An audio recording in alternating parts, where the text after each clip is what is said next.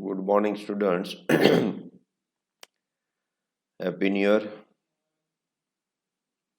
તો છેલ્લા લેક્ચરમાં હું જોતા હતા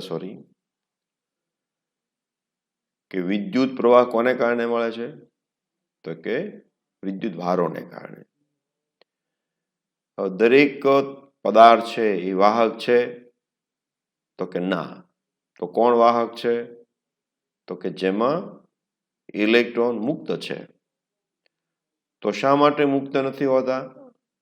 તો કે ઇલેક્ટ્રોન છે તે પોતાની કક્ષામાં પરિભ્રમણ કરતા હોય, એટલે કોઈ બંધન અવસ્થામાં હોય તો આવા બંધિત ઇલેક્ટ્રોન વિદ્યુત પ્રવાહ આપે નહીં. ધાતુમાં લગભગ ઇલેક્ટ્રોન ફ્રી થઈ જતા હોય છે, એટલે ધાતુ વાહક હોય છે. એનો અર્થ એવો નથી કે માત્ર ધાતુ વાહક હોય, અમુક અંશે બીજા તત્વો પણ વાહક હોય છે.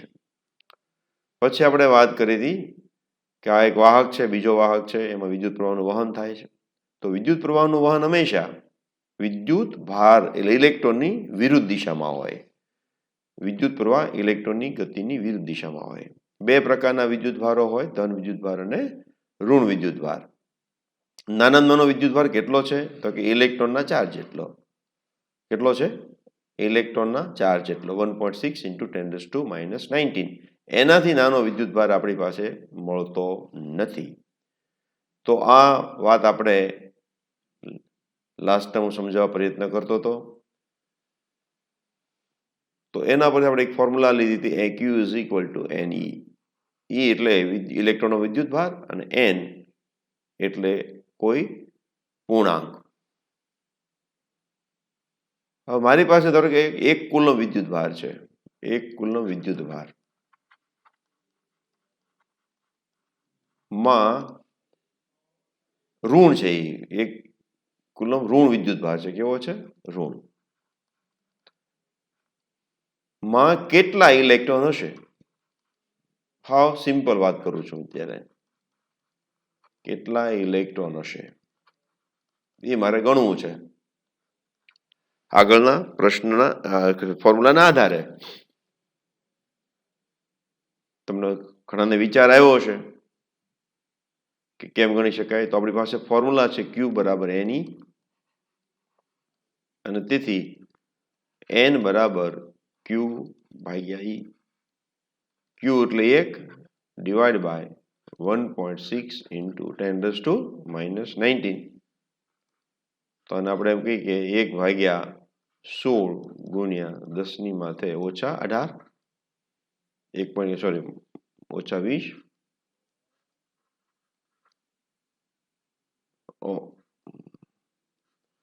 એક પોઈન્ટ આપણે વધાર્યું ને, એટલે -20. એટલે કે 10⁻20/16 આવું થશે. તો આને આપણે સાદુરૂપ આપશું તો 10⁻18 કરી નાખું. અહીંયા 100 એટલે 16 × 95 4 વધ્યા 16 × 32 8 વધ્યા 16 × 80. આટલો જવાબ આવશે. તમે તમારી રીતે ગણતરી કરવાની, કારણ કે આ પ્રકારની સ્પીડ લાવવી બહુ જરૂરી હોય છે. તો આટલા ઇલેક્ટ્રોન ભેગા થાય ને એટલે 1 કુલમ બને. આ આંકડો ખૂબ જ મોટો કહેવાય, 10⁻18 એટો. તો આટલા વધારે સંખ્યામાં ઇલેક્ટ્રોન ભેગા થાય ત્યારે 1 કુલમ કહેવાય. હવે પછી તમે વિચારજો કે 0.1 કુલમમાં કેટલા હશે? પ્રશ્ન મેં એક તમને સમજાવ્યો, હવે તમારે વિચારવાનું. 0.625 માં કેટલા ઇલેક્ટ્રોન હશે?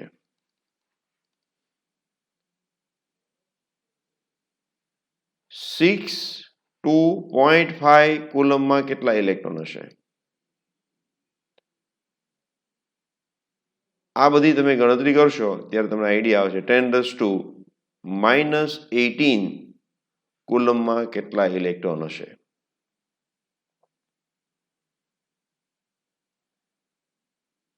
બરાબર. આ ગણતરી તમે કરશો. હું આમાંથી તમને એક કરાવું કહેતા હો તો આની હું કરો 10⁻18.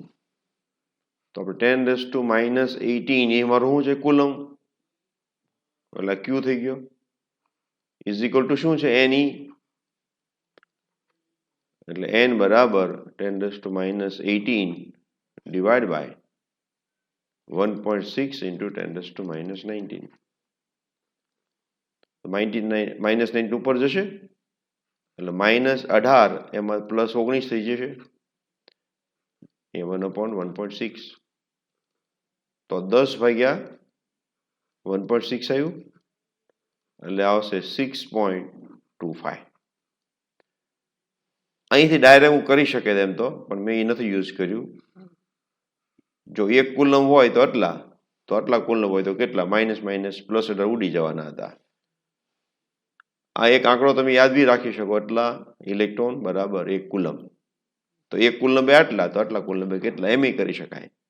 પરંતુ આ એનું બેઝિક ફોર્મ્યુલા છે, મૂળભૂત ફોર્મ્યુલા આ છે. આનો ઉપયોગ કરીને પણ આપણે ગણતરી કરી શકીએ. તો સ્પીડ પકડાય. પછી મેં કીધું ને થોડુંક સ્પીડ પકડાતા છે. તો આપણે એમ કે 1 કુલમ હોય તો કેટલા કીધા, 6.25 ઇન્ટુ +18 ઇલેક્ટ્રોનની સંખ્યા. તો 10⁻18 કુલમમાં કેટલી, તો આપણે થઈ ગયું 10⁻18 ગુણ્યા આ ગુણાકાર થાય 6.25 ઇન્ટુ 10⁻18. તો આ થશે 6.25. જે અહીંયા જવાબ આવ્યો એ જવાબ આવ્યો, પણ આપણે મેથડ થોડી બદલી નાખી. 6.25. હવે પ્રશ્ન એ ઊભો થાય, આટલા ઇલેક્ટ્રોન હોય ખરા? નેક્સ્ટ ક્વેશ્ચન, તમને એમ કહેવામાં આવે 10⁻18 કુલમ વિદ્યુત ભાર મારી પાસે છે. શું આ સત્ય ઘટના છે? સત્ય હકીકત છે, ઘટના તો ન કહેવાય, સત્ય હકીકત છે?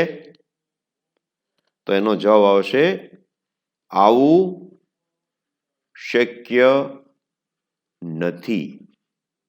શા માટે શક્ય નથી? તો આ જે જવાબ આવે અહીંયા આગળ n હંમેશા પૂર્ણાંક આવવો જોઈએ. પૂર્ણાંક નથી આવતો એટલે આ શક્ય નથી. પેલો હાવ લો લેવલનો કીધો મેં, આ ઇલેક્ટ્રોન શોધ્યા. પછી એમ કીધું કે 10⁻18 કેટલા હોય, તો તમે જવાબ 6.25. એનાથી આગળ કે હવે તમને ખબર હોવી જોઈએ કે શું આટલા નંબરના ઇલેક્ટ્રોન શક્ય છે અથવા આ હકીકત બની શકે? તો એનો જવાબ આવશે નહીં. એનું કારણ કે ઇલેક્ટ્રોનની સંખ્યા હંમેશા પૂર્ણાંક હોય, અહીંયા અપૂર્ણાંક આવે, 6.25 અપૂર્ણાંક છે, એટલે આવું શક્ય બને નહીં. પછી એમ કે તો કેટલા હોઈ શકે? નજીકનો આન્સર એમ કહેવાય તો કે 6 હશે. નજીક કેટલા છે? 6. હું માનું છું ત્યાં તમે સમજતા હશો. બરાબર છે? 6.25 ઇલેક્ટ્રોન કોઈ દિવસ હોઈ શકે નહીં. હોય તો 6 હોય, પછી 7 જ હોય, પછી 8 જ હોય. એને ક્વોન્ટાઇઝેશન કહેવાય, વિદ્યુત ભારનું ક્વોન્ટાઇઝેશન.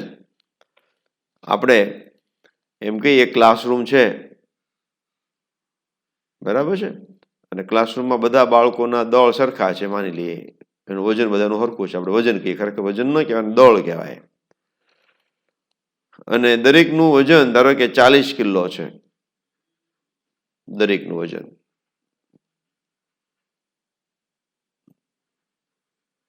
કિલો. અને ક્લાસરૂમમાં રહેલા બાળકોનું વજન આવું 4005. તો કેટલા બાળકો હશે અંદર? કુલ દળ. તો કુલ દળ કેટલું છે? આટલું છે. તો કે જો 40 કિલોગ્રામ હોય તો એક બાળક હોય, 4005 હોય તો કેટલા હોય? તો આવી જો આપણે ગણતરી કરવા જઈએ તો આનો જવાબ આવશે 4005/40. તો એ 100 ઉપરાંત કંઈક આવશે સમથિંગ પોઈન્ટમાં, તમે ગણતરી કરજો. તો કોઈ દિવસ બાળક 100 હોય, પછી 101 હોય, 100 પોઈન્ટ તો ન જ હોય ને, એના જેવી વાત થઈ. આ બાળકોની સંખ્યા 100 હોઈ શકે, 101 હોઈ શકે, પરંતુ 100 પોઈન્ટ ક્યારે હોય નહીં. એના જેવું જ કે 6.25 ઇલેક્ટ્રોન હોઈ શકે નહીં. હા, આની પછી નેક્સ્ટ સ્ટેપ કેવું હોવું જોઈએ કે 4040. તો 101 બાળક હોય, તો 4080 તો 102 બાળક હોય. હવે તમે થોડું વધારે સમજ્યા હશો. જ્યારે તમે આવી રીતે વાંચતા હો, દાખલો આવતો હોય તો વિઝ્યુઅલાઇઝ કરતા શીખવાનું. આના જેવું બીજું વિચારી લેવાનું, તો આપણને યાદ વધારે સારી રીતે રહે, સમજાય પણ સારી રીતે. હવે વાત કરું છું વિદ્યુત પ્રવાહની. તો આપણે વાત કરી કે વિદ્યુત ભારોનું વહન થાય એટલે વિદ્યુત પ્રવાહ મળે, અને એનો એકમ શું કીધો હતો? એમ્પિયર. એમ્પિયરની બે વ્યાખ્યાઓ છે. એક તો સાદી વ્યાખ્યા અત્યારે તમારે ભણવામાં આવતી હોય, પરંતુ એમ્પિયરની સાચી વ્યાખ્યા જુદી છે. એ તમે આગળ અભ્યાસ કરશો તો આવશે. એક એમ્પિયર એટલે શું? તો આ ધારો કે મારી પાસે એક વાહક છે, ગમે એ જાડાઈનો હોય, આપણે કોઈ ચિંતા નથી કરવાની, અને એમાં પ્રવાહનું વહન થાય છે, આઈ.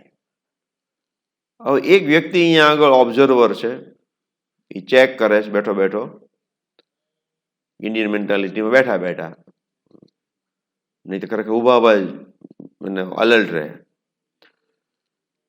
કેટલા ઇલેક્ટ્રોન આમાંથી પસાર થયા ગણે, 1 2 3 4 5 6 કાઉન્ટ કરતો જાય. અત્યારે તો આવે ટકટક્યા. કરીએ કાંઈ ન કરીએ, કાંઈ કે દેખાય નહીં, દેખાય નહીં. આ કઈ આંખોથી દેખાય એવો ઇલેક્ટ્રોન નથી હોતો, દેખાય નહીં, પણ આ ખાલી અનુમાન કરવાની વાત કરું છું. તો એમ કરતા કરતા 6.25 × 10⁻² ઇલેક્ટ્રોન પસાર થયા. તો આપણે આગળના પેજમાં બતાવ્યું હતું ને, એટલે 1 કુલમ કહેવાય. એનો અર્થ શું થયો? 1 કુલમ પસાર થયો વિદ્યુત ભાર પસાર થાય. અને જો પસાર થતા લીધેલો સમય 1 સેકન્ડ હોય, 1 સેકન્ડની વાત કરું, લીધેલ સમય 1 સેકન્ડ, એટલે 1 સેકન્ડમાં કેટલા અહીંયાથી પસાર થઈ જોવાનું છે. તો આ 1 એમ્પિયર કહેવાય, નહીતર નહીં. આટલા ઇલેક્ટ્રોન પસાર થાય એટલે કે 1 કુલમ પસાર થાય, તો સમજવાનું કે આમાંથી પ્રવાહ 1 એમ્પિયરનો વહી રહ્યો છે. 1 એમ્પિયર એટલે ઘણો મોટો પ્રવાહ કહેવાય.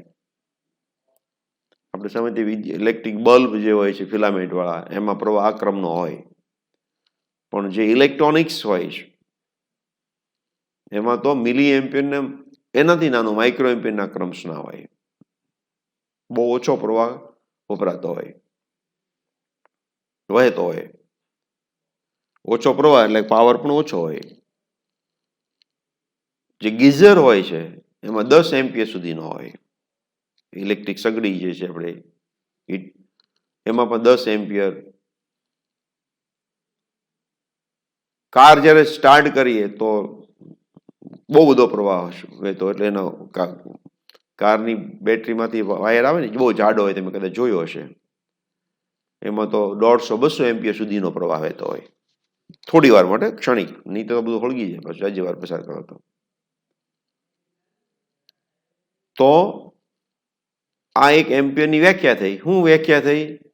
કે કોઈ પણ આડછેદમાંથી, કોઈ પણ વાહકના આડછેદમાંથી 1 સેકન્ડમાં 1 કુલમ વિદ્યુત ભાર પસાર થાય, તો તેમાંથી વહેતો વિદ્યુત પ્રવાહ 1 એમ્પિયર છે તેમ કહેવાય. આ વ્યાખ્યા કહેવાય. હવે આનો આધાર લઈને આપણે બાકી બીજો પ્રવાહ વહેતો હોય તો કેટલા થાય ગણતરી કરી શકીએ. ઉદાહરણ તરીકે હું એમ કહું 10 સેકન્ડમાં 20 કુલમ પસાર થાય છે. 20 કુલમ વિદ્યુત ભાર પસાર થાય છે. તો વિદ્યુત પ્રવાહ કેટલો?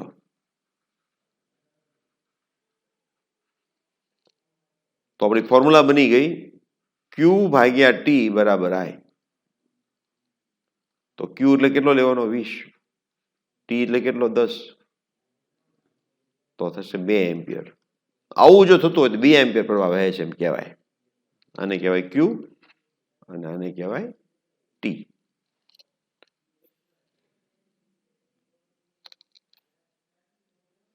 આ હજી સિમ્પલ પ્રશ્ન છે. હજી થોડોક એક સ્ટેપ આગળ વધારું. 10⁻³ સેકન્ડમાં 0.25 કુલમ વિદ્યુત ભાર પસાર થાય છે. હજી સિમ્પલ જ છે, પરંતુ કેલ્ક્યુલેશનમાં થોડું તમારે વિચારવું પડે એટલા માટે. I કેટલો? તો હું I નું સૂત્ર લગાડી દઉં Q ભાગ્યા T. હવે તમને તમારે શું કરવાનું? જો ભણવું હોય તો હરખી રીતે અહીંયા સ્ટોપ કરી દેવાનું થોડી વાર માટે. પછી વિચારવાનું આ પ્રશ્નનો જવાબ કેમ લાવશું. જાતે કરવાનું. જાતે કરીને પછી મેં ગણીને બતાવું છું, ચેક કરવાનું. તો તમને સારું સમજણ પડે. બરાબર? આનું સાદુરૂપ જાતે આપતાનું. જો તમે જાતે ના આપી શકતા હો તો સમજવાનું કે તમારે ગણિત થોડું વધારે સારું કરવું પડશે. આ 10⁻³ ઉપર જશે એટલે પ્લસ થઈ જશે. આટલા એમ્પિયર આવ્યા. પરંતુ હજી મારે થોડું સારી રીતે કરવું છે. આ મારે કાઢી નાખવા છે. તો પોઈન્ટ કેટલા ખસશે? આ બાજુ ખસે કે આ બાજુ ખસે તમારે વિચાર લેવાનું. હું તો કરીને 10 ગણ્યા, પણ તમારે જ સાદુરૂપ આપવાનું. તો આ બાજુ ખસે 1, 2 અને 1 ઘટે છે એટલે 250 એમ્પિયર કહેવાય. કેટલો પ્રવાહ વહેતો છે એમાંથી? 250 એમ્પિયર. હજી આગળ જાઓ. થોડુંક એનાથી સહેજ સમજતું લિટલ બીટ, બહુ અઘરું તો છે જ નહીં. હજી 2 મિલીસેકન્ડમાં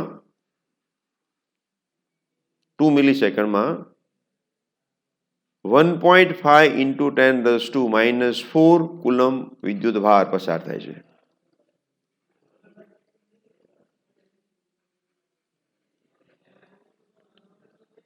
તો I કેટલો થાય? તો તમને જો મિલીસેકન્ડ વિશે તમને ખબર હોવી જોઈએ. અહીંયા બી મેં માઇનસ પાવર આપી દીધા છે. એટલે ગણતરી તમારી વધારે સચોટ થતી જાય. તો I નું સૂત્ર છે આપણું Q ભાગ્યા T. મેં તમને કીધું એ મુજબ થોડી ઊભું રહી જવાનું, જાતે પ્રયત્ન કરવાનો, પછી જવાબ સાથે ટેલી કરવાનું. 1.5 × 10⁻⁴ ડિવાઇડ બાય 2 મિલીસેકન્ડ. મિલી એટલે થાય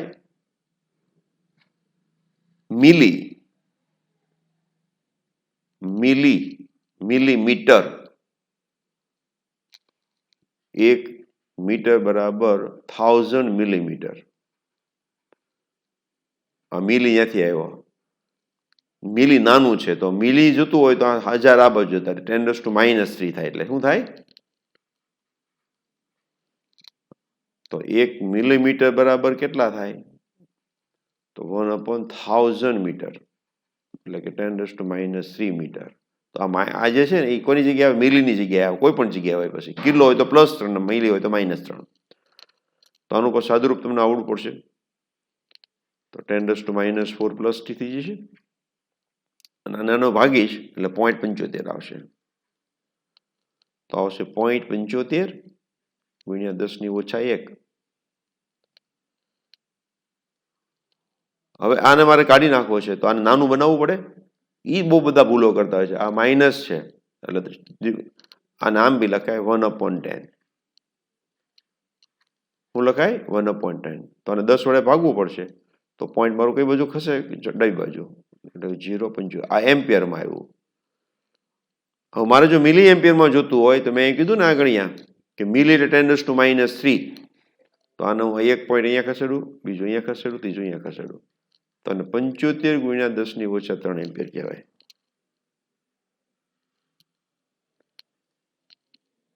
આને કહેવાય મિલી. શું કહેવાય? અને 75 મિલી એમ્પિયર કહેવાય. વિચારી લો થોડી વાર. એટલે મિલી એટલે 10⁻³ એટલે જ્યાં જ્યાં 10⁻³ આવે ત્યાં મિલી કહી દેવાય. આ તો મિલીની જ્યારે ગણતરી કરીએ તો 10⁻³ લખી નાખવાના, જેમ આપણે આગળ અહીંયા કર્યું તે મુજબ. હા, ગણતરી કરીએ તો મિલીની જગ્યાએ હું લખું 10⁻³ અને જ્યારે જવાબ લખી કોઈ પણ જગ્યાએ એકમ બનાવે ત્યારે 10⁻³ હોય ત્યાં શું લખી શકાય? મિલી એટલે સ્મોલ એમ. આટલું સમજાણું છે? I hope so. હવે થોડું પાછું સેજ ટ્વિસ્ટેડ આપવું. એક વાહકમાંથી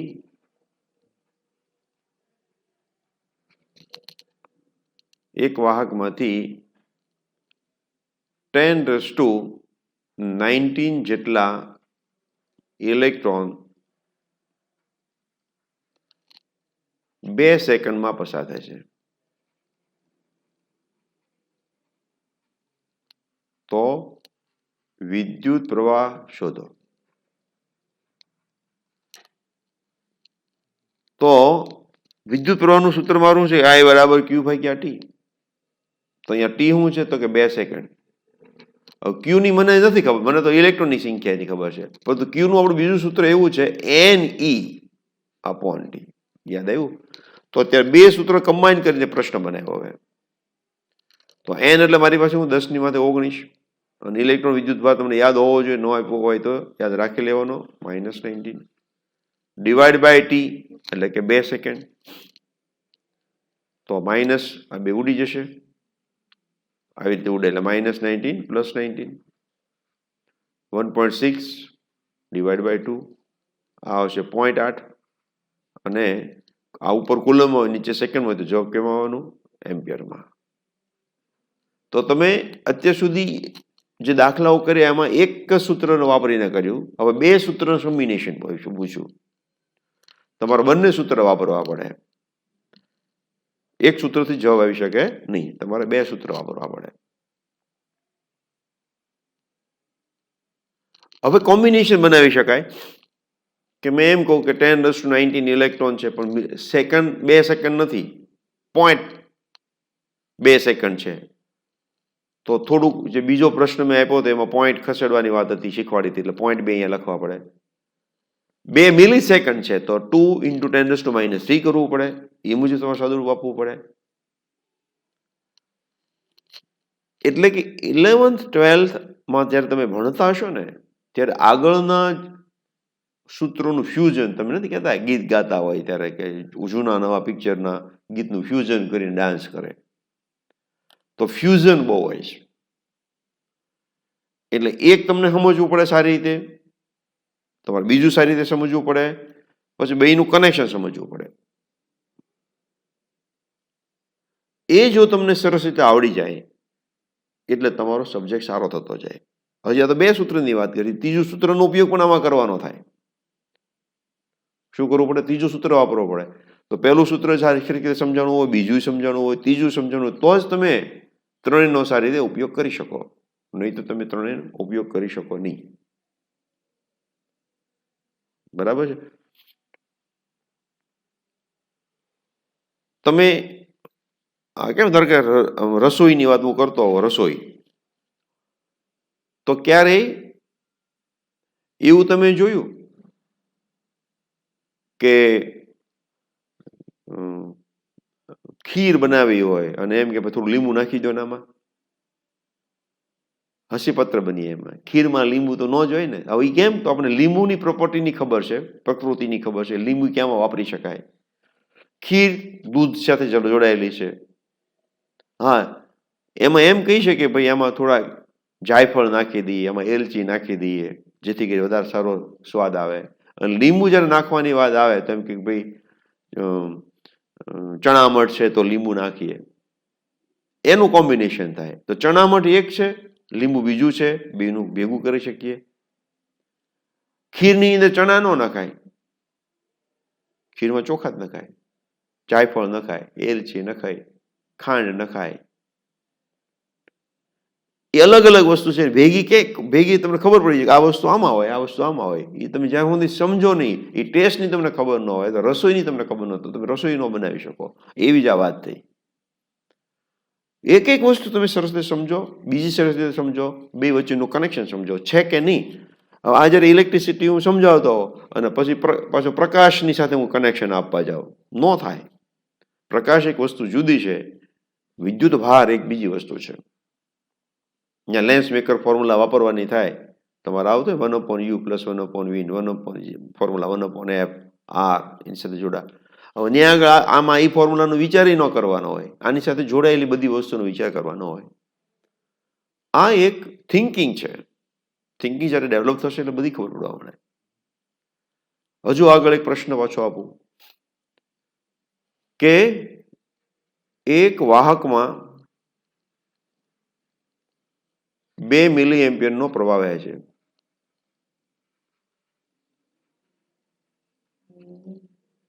તો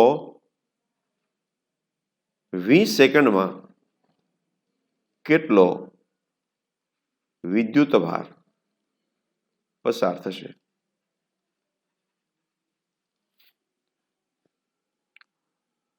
તો આ શું આપ્યું છે? CT 20 second. પ્રવાહ કેટલો આપ્યો છે? તો કે 2 મિલી એમ્પિયર. તો Q બરાબર IT, Q ભાગ્યા T. એટલે અહીંયા આગળ જો Q મારે શોધવાનો છે, તો Q ને સૂત્રનો કરતા બનાવી નાખવું. એટલે આ સૂત્ર આવશે તો પાકું થઈ જ ગયું. Q ગણવાનો છે. તો Q બરાબર IT. I એટલે કેટલા? 2 × 10⁻³ અને T એટલે 20 સેકન્ડ. 20 દુને 40 ગુણ્યા 10⁻³ કુલમ. આ મારે કાઢી નાખવું હોય તો મિલી કુલમ. આ જવાબ આવી ગયો. હાવ સિમ્પલ અત્યારે કીધું, પણ હવે થોડુંક હું વધારે વિશેષ કહું આમાં. આનો આ પ્રશ્ન વિદ્યુત ભાર પસાર થશે એમ નહીં, કેટલા ઇલેક્ટ્રોન પસાર થશે. તો આમાં ઇલેક્ટ્રોનની સંખ્યા કીધી, આ તો Q શું મળ્યો મને. તો હવે હું Q નું બીજું સૂત્ર મારું શું છે? NE છે. અને Q નું એક સૂત્ર કયું છે? IT છે. બે સૂત્રનો ઉપયોગ કરી નાખ્યો. તો N બરાબર શું થશે? IT/E. I એટલે આપણે ગણી કાઢ્યું છે આમ તો 2 × 10⁻³ T એટલે 20 અને E એટલે 1.6 × 10⁻19. બરાબર. એટલે 40/1.6 ગુણ્યા -3 + 19 માઇનસ ઉપર છે ને એટલે પ્લસ થઈ જશે. તો આવશે 40/1.6 ગુણ્યા 10⁻19 16 એટલે 400/16 ગુણ્યા 10⁻18. 16 દુ 32, 8 વધ્યા 16 × 5 80 ગુણ્યા 10⁻18.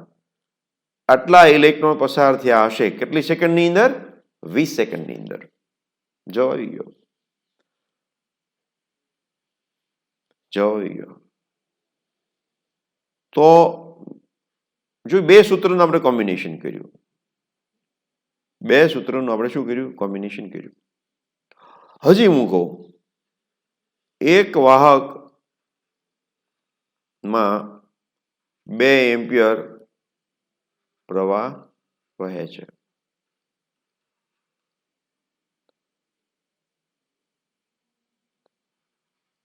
બીજામાં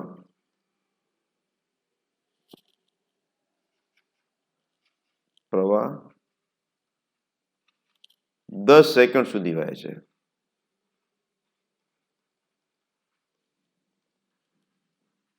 બીજામાં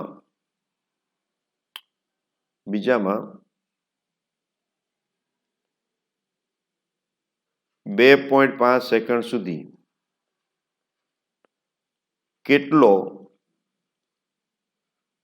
પ્રવાહ વહે કે જેથી બંનેમાં પસાર થયેલ ઇલેક્ટ્રોન ની સંખ્યા સમાન હોય. હવે બે વાહકના કમ્પેરિઝનની વાત કરીએ. તો એકનો હું વાત કરું પછી બીજાની વાત કરું. તો આપણે જોઈએ છે ક્યુ બરાબર શું થાય? આઈટી. આ એક માટે. બીજા માટે ક્યુ બરાબર આઈટી જ છે. એટલે 1 1 1 2 2 2. બંનેમાં જો ઇલેક્ટ્રોનની સંખ્યા સમાન હશે તો સ્વાભાવિક વિદ્યુતભારે સમાન હશે. કારણ કે ક્યુ બરાબર શું છે? N1E. અહીંયા આગળ N2E. વિદ્યુતભાર તો સરખો છે. તો N1 ને N2 જુદા હશે. તો આ બે હું સરખાવી દઉં. આ બે સરખા છે. વિદ્યુત ઇલેક્ટ્રોનની સંખ્યા છે સરખી છે. N1 બરાબર N2, E બરાબર તો E છે જ તે. તો જો ડાબી બાજુ સરખી હોય તો જમણી બાજુ સરખી હોય. તો આપણે એમ લખી શકીએ I1 T1 બરાબર I2 T2. તો આપણે શું ગણવું છે? બીજામાં પ્રવાહ આ ગણવાનું છે. તો આને સૂત્રનો કરતા કરીએ. તો I1 T1 upon T2. I1 કેટલું હતું? કેટલા એમ્પિયર પ્રવાહ વહે છે જુઓ તો કે 2 એમ્પિયર. કેટલા સમય માટે? તો કે 10 સેકન્ડ માટે. 10 સેકન્ડ માટે. અને બીજામાં કેટલો? 2.5 સેકન્ડ માટે. તો કે 20 ભાગ્યા 2.5 તો આવશે 8. તો બીજામાં 8 એમ્પિયર પ્રવાહ વહેતો હોય 2.5 સેકન્ડ માટે. પહેલામાં 2 એમ્પિયર 10 સેકન્ડ માટે. તો પ્રવાહ ભલે જુદો જુદો હોય, સમય જુદો જુદો હોય, પરંતુ પસાર થતા ઇલેક્ટ્રોનની સંખ્યા અને વિદ્યુતભાર સમાન હશે. તો આ જે મેં તમને કીધું સ્ટેપ બાય સ્ટેપ તમે વિચારશો એટલે તમે આવી રીતે થિંકિંગ ડેવલપ થશે. મેં તમને ખાલી બહુ ઝલક આપું છું જી. બરાબર. આઈ થિંક તમે ફરીવાર બહુ સરસ રીતે સમજશો અને કરશો પાછા. Thank you very much.